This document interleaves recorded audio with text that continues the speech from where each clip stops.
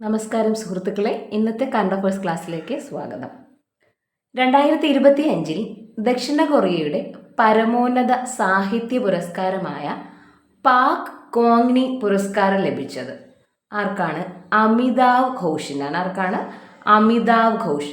2025 ദക്ഷിണ കൊറിയയുടെ സാഹിത്യ പുരസ്കാരമായ പാക് ക്വോങ്നി പുരസ്കാരം ആർക്കാണ് ലഭിച്ചത്? അമിതാവ് ഘോഷിനാണ്. ഇപ്പോൾ നമ്മൾ സാധാരണ ഇങ്ങനത്തെ പുരസ്കാരങ്ങളൊക്കെ ഇപ്പോൾ റീസെൻ്റ്ലി കേട്ടു വരുന്നത് ഏതെങ്കിലുമൊക്കെ രാജ്യത്തിൻ്റെ പുരസ്കാരം ലഭിക്കുന്നത് നരേന്ദ്രമോദി ആ ഒരു ട്രെൻഡിലാണ് നമ്മൾ പഠിച്ചു വരുന്നത്. ഒന്ന് ശ്രദ്ധിച്ചോടാം. 2025 ദക്ഷിണ കൊറിയയുടെ സാഹിത്യ പുരസ്കാരമായ പാക് ക്വാങ്നി പുരസ്കാരം ലഭിച്ചത് ആർക്കാണ്? അമിതാവ് ഘോഷിനാണ്. ഓക്കെ. 2025 നടന്ന ഉപരാഷ്ട്രപതി തെരഞ്ഞെടുപ്പിൽ റിട്ടേണിംഗ് ഓഫീസർ ആയിരുന്നത് ആരാണ്? 2025 ഉപരാഷ്ട്രപതി തെരഞ്ഞെടുപ്പ് നടന്നു. നമുക്കറിയാം, ചന്ദ്രപുരം പൊന്നുസ്വാമി രാധാകൃഷ്ണനാണ് 15ാമത് ഉപരാഷ്ട്രപതിയായി തെരഞ്ഞെടുക്കപ്പെട്ടത്. ആ തെരഞ്ഞെടുപ്പിൽ റിട്ടേണിംഗ് ഓഫീസറായി പ്രവർത്തിച്ചത് PC മോദിയാണ്. രാജ്യസഭാ സെക്രട്ടറി ജനറലായ PC മോദിയാണ്. PC മോദി. ഇപ്പം എന്താണ്? 2025 ഉപരാഷ്ട്രപതി തെരഞ്ഞെടുപ്പ് റിട്ടേണിംഗ് ഓഫീസറായി പ്രവർത്തിച്ചത് PC മോദി, രാജ്യസഭാ സെക്രട്ടറി ജനറലായ PC മോദി. അടുത്തതൊരു ജീവചരിത്രമാണ്. മാധവിക്കുട്ടി കടലിൻ്റെ നിറങ്ങൾ. ആരുടെ ജീവചരിത്രം? അല്ല, ആരെക്കുറിച്ചാണെന്ന് മനസ്സിലായല്ലേ? മാധവിക്കുട്ടിയെക്കുറിച്ചാണ്. അപ്പോൾ മാധവിക്കുട്ടി കടലിൻ്റെ നിറങ്ങൾ എന്ന ജീവചരിത്രം എഴുതിയത് ഡോക്ടർ K ആശയാണ്. ഡോക്ടർ K ആശ. മാധവിക്കുട്ടി കടലിൻ്റെ നിറങ്ങൾ, ഡോക്ടർ K ആശ. മാധവിക്കുട്ടി കടലിൻ്റെ നിറങ്ങൾ, ഡോക്ടർ K ആശ. അടുത്തിടെ വരുന്ന പരീക്ഷകളിലെല്ലാം മിക്കവാറും ഒക്കെ ഒരു കൃതി ചോദിക്കാറുണ്ടെന്നുള്ളതാണ്. മാധവിക്കുട്ടി കടലിൻ്റെ നിറങ്ങൾ, ഡോക്ടർ K ആശ. കഥകളി പഠനം ആരംഭിച്ച കേരളത്തിൽ കഥകളി പഠനം ആരംഭിച്ച മുസ്ലിം പെൺകുട്ടി ആരാണ്? സാബ്രിയാണ്. ആരാണ്? സാബ്രി. കേരളത്തിൽ കഥകളി പഠനം ആരംഭിച്ച ആദ്യ മുസ്ലിം പെൺകുട്ടിയാണ് സാബ്രി.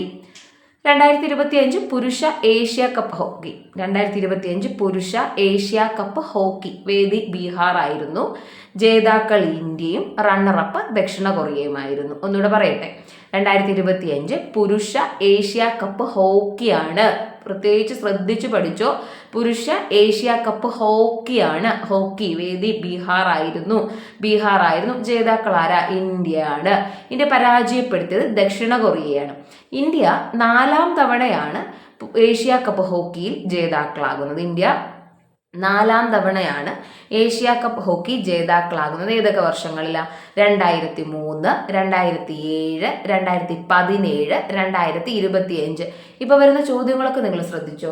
ഏതെങ്കിലും ഒരു ഗെയിമുമായി ബന്ധപ്പെട്ട് അല്ലെങ്കിൽ ഈ പറഞ്ഞ സ്പോർട്സ് ഇവന്റുമായി ബന്ധപ്പെട്ട് പ്രസ്താവന ചോദ്യങ്ങളാണ് തരുന്നത് അല്ലേ?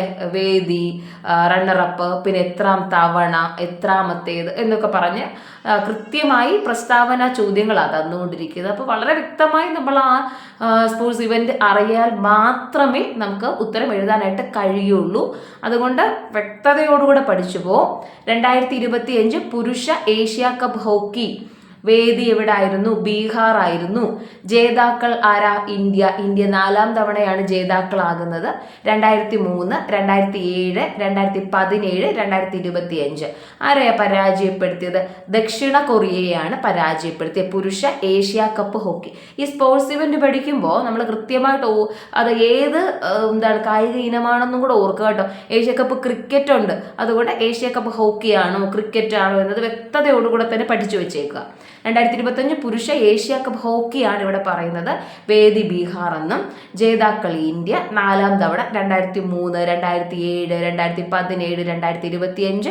റണ്ണറപ്പ് ദക്ഷിണ കൊറിയ. അപ്പോൾ നോക്കിയേ, 2025 ദക്ഷിണ കൊറിയയുടെ പരമോന്നത സാഹിത്യ പുരസ്കാരമായ പാക് ക്വോങ്നി പുരസ്കാരം ലഭിച്ചത് അമിതാവ് ഘോഷിനാണ്. 2025 ഉപരാഷ്ട്രപതി തെരഞ്ഞെടുപ്പിൽ റിട്ടേണിംഗ് ഓഫീസർ PC മോദി.